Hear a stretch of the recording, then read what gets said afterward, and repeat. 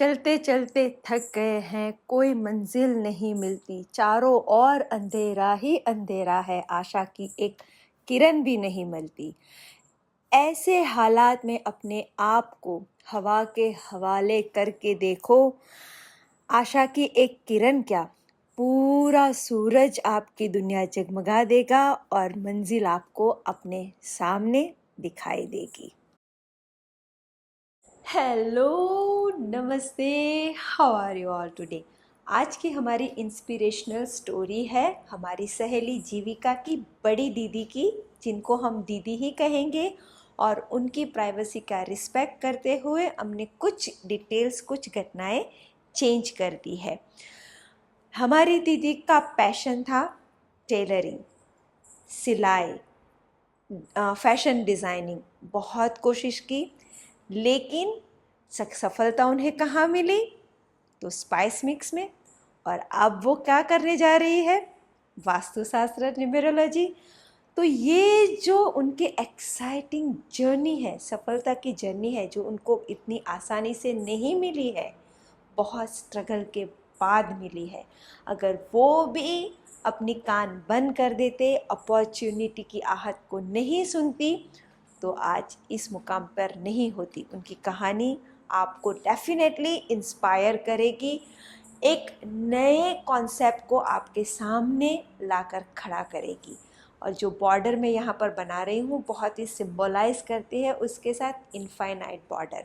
Infinite border जिसमें कोई भी सीमा रेखा नहीं होती, सिर्फ अपॉर्चुनिटी ही अपॉर्चुनिटी होती है। इसी तरह हमारी ज़िंदगी में भी कोई बॉर्डर मत बनाओ, इन्फिनिटी को स्थान दो, तो अपॉर्चुनिटी ही अपॉर्चुनिटी आपको दिखेगी। तो चलिए, जीविका और दीदी की बात मैं शुरू करूं उनसे पहले उनका थोड़ा सा बैकग्राउंड जान लेते हैं, तो हमें बात समझने में आसानी हो जाएगी। जीविका जो है उसकी शादी अच्छे घर में हुई थी। जीविका को खाना बनाने का बहुत शौक़ है और अपना टाइम स्पेंड करने के लिए वो कुकिंग के क्लासेस चलाती है और वो वर्कशॉप भी देती है। उसकी मास्टरी है special spice mix, recipe card और मेन्यू कार्ड जो वो बनाती है वो उसकी मास्टरी है। और उसके जो स्पेशल स्पाइस मिक्स है वो बहुत ही डिमांड में रहते हैं। तो वो अपनी कुकिंग के दौरान वो स्पाइस मिक्स को इस्तेमाल करती है और नई नई वैरायटी वो क्रिएट करती है। तो ये है हमारी जीविका की मास्टरी और उसको उसमें बहुत ही सक्सेस मिला है। हालांकि वो ये करती है अपना टाइम स्पेंड करने के लिए, ताकि वो कहीं पे बिज़ी रहे। और दूसरी तरफ हमारी दीदी की शादी हुई थी मिडिल क्लास फैमिली में। हमारे जीजू भी बहुत अच्छे हैं, बहुत मेहनती है और उनकी जॉब भी बहुत अच्छी चल रही है थी। और धीरे धीरे मेहनत करते हुए उन्होंने अपनी जॉब में बहुत सफलता प्राप्त की। हमारी दीदी एक हाउसवाइफ है और वो अपने घर के कामों में बहुत खुश है, लेकिन उनका शौक़ है टेलरिंग का।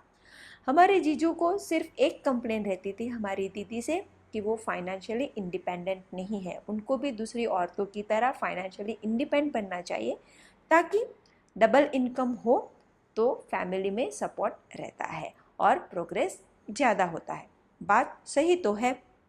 और इसी दौरान उनको ये पर्चा भी हुआ, क्योंकि कुछ प्रॉब्लम हो गए, जीजू की जॉब चली गई, उनके पैसे कहीं पे अटक गए और फाइनेंशियली थोड़ा सा प्रॉब्लम शुरू हो गया उनकी फैमिली में।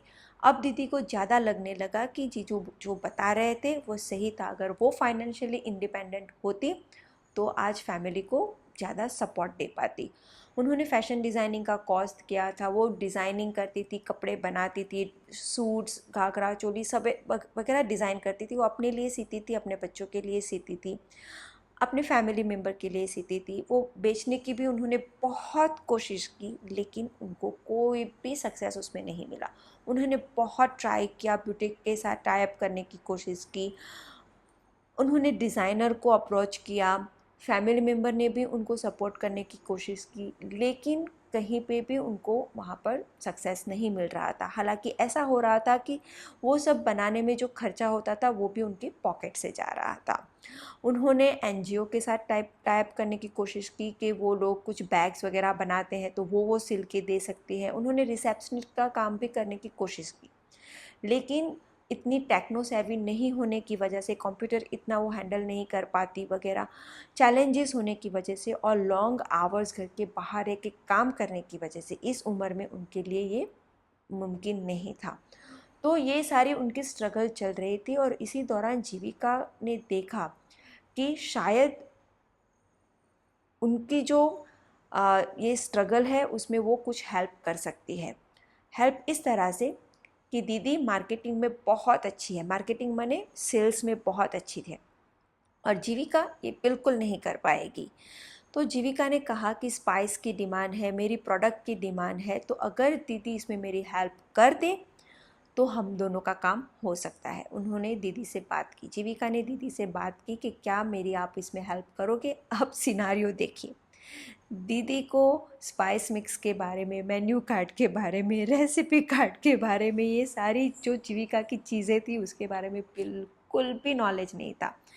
क्या कैसे क्या मिक्स होता है, किस तरह से उसको बेचना है, कहाँ से लाना है, जो परचेज करना है वो कहाँ से करना है, कुछ भी उनको कोई भी डिटेल नहीं था। वो एक नॉर्मल हाउसवाइफ थी, स्पाइस जो हमारे नॉर्मल होते हैं घर पे वो मिक्स करके, वो यूज़ करके वो खाना बनाना जानती थी। बाकी जो ये फैंसी चीज़ थी उनको उनको बिल्कुल नॉलेज नहीं थी। लेकिन हमारी दीदी हारने वालों में से नहीं है, तो उन्होंने ये चैलेंज एक्सेप्ट कर लिया। उन्होंने जीविका को कहा कि वैसे भी कुछ नहीं हो रहा है, तो तुम्हारे गाइडेंस के अनुरूप कुछ ना कुछ इसमें हो जाएगा, मैं कर लूँगी, मुझे पूरा यकीन है कि मैं कर पाऊँगी।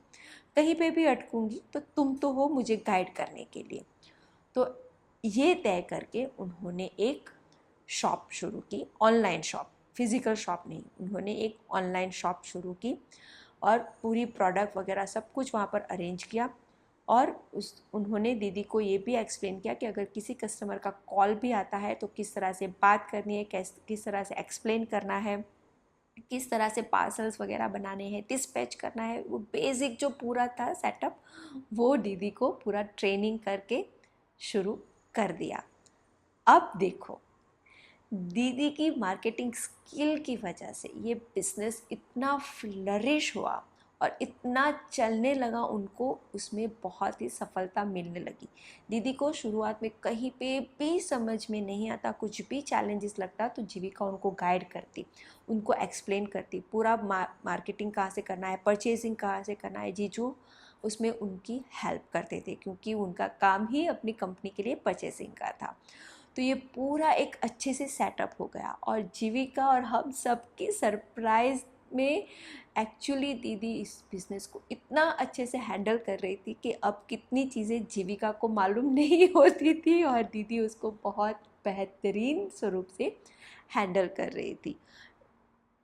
जैसे बिज़नेस में सफलता मिल रही थी, फाइनेंशियली इंडिपेंडेंट हो रही थी हमारी दीदी, वो अपनी बच्चियों को पढ़ाने के लिए वो सपोर्ट कर रही थी फाइनेंशियली, घर में भी वो फाइनेंशियल सपोर्ट कर रही थी और वो उनके कॉन्फिडेंस में झलक रहा था। मैं अब अभी कुछ दिन 2-3 साल पहले दीदी को मिली तो वो कॉन्फिडेंस उनका देख के मैं भी चौंक गई कि हमारी दीदी पूरी बदल चुकी थी। अब इतने से नहीं अटकती है बात। अभी कुछ दिनों पहले हमारी बात हुई जीविका से और तब मुझे पता चला हमारी दीदी अब नया वेंचर करने जा रही है। जी हाँ, दीदी को शौक था परसों से ज्योतिष शास्त्र में, वास्तु शास्त्र में, न्यूमेरोलॉजी में, और वो हमेशा इसके बारे में कुछ ना कुछ करती रहती थी, सबको आजू बाजू वाले को सलाह भी देती थी, वो पढ़ती थी, उसमें अपना रिसर्च करती थी, वीडियोस देखती थी और उनको ये बहुत सालों से ये उनका शौक़ रहा है। वो हमेशा कुछ ना कुछ इसके अंदर देखती रहती थी और उनको समझ में भी ये बात आती थी। तो यूट्यूब पे ये वीडियो देखते देखते उन्होंने देखा कि अब इनके ऑनलाइन कोर्सेज भी होते हैं, तो उनके दिमाग में आया कि क्यों ना ये कोर्स किए जाए, ये उनका शौक भी है, उनका पैशन भी है। तो उन्होंने न्यूमेरोलॉजी और वास्तुशास्त्र का मास्टर कोर्स साइन अप किया ऑनलाइन, वो भी। आहा, क्या चेंजेस आ रहे थे ये हमारी दीदी में, ये जान के मैं खुद सरप्राइज थी। पूरा दिन एक सक्सेसफुल बिजनेस को हैंडल करते हुए अपने बिजी स्केड्यूल में से अपने पैशन के लिए टाइम निकाल के वो ये क्लास कर रही है। सीख रही है। मैंने इमीडिएटली दीदी को कॉल लगाया कि दीदी क्या आप ये भी कंसल्टिंग का बिजनेस भी आप शुरू करने वाले हो? दीदी ने कहा क्यों नहीं करेंगे, और वो भी पार्ट टाइम में नहीं, फुल टाइम में करेंगे, लेकिन एक बार खूब प्रैक्टिस हो जाए, कॉन्फिडेंस आ जाए, एक्सपीरियंस हो जाए उसके बाद।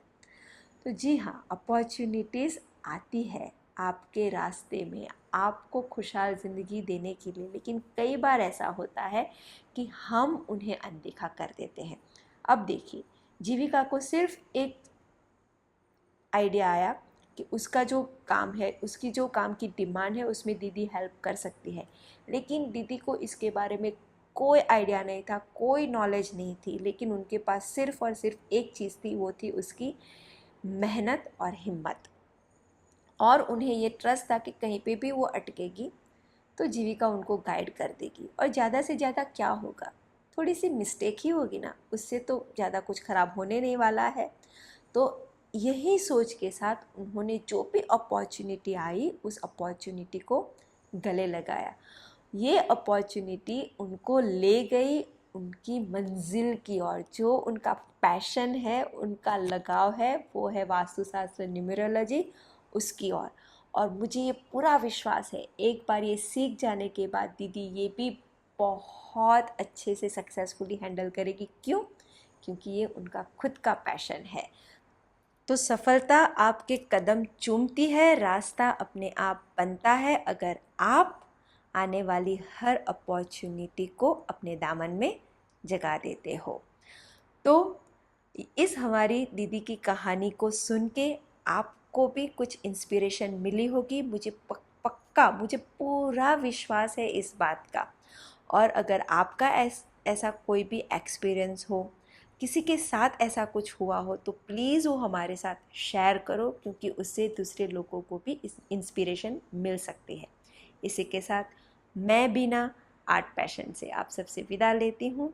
हम बहुत जल्दी वापस मिलेंगे, तब तक के लिए stay blessed, stay inspired and keep inspiring everyone. Take care everyone, bye bye, see you, thank you.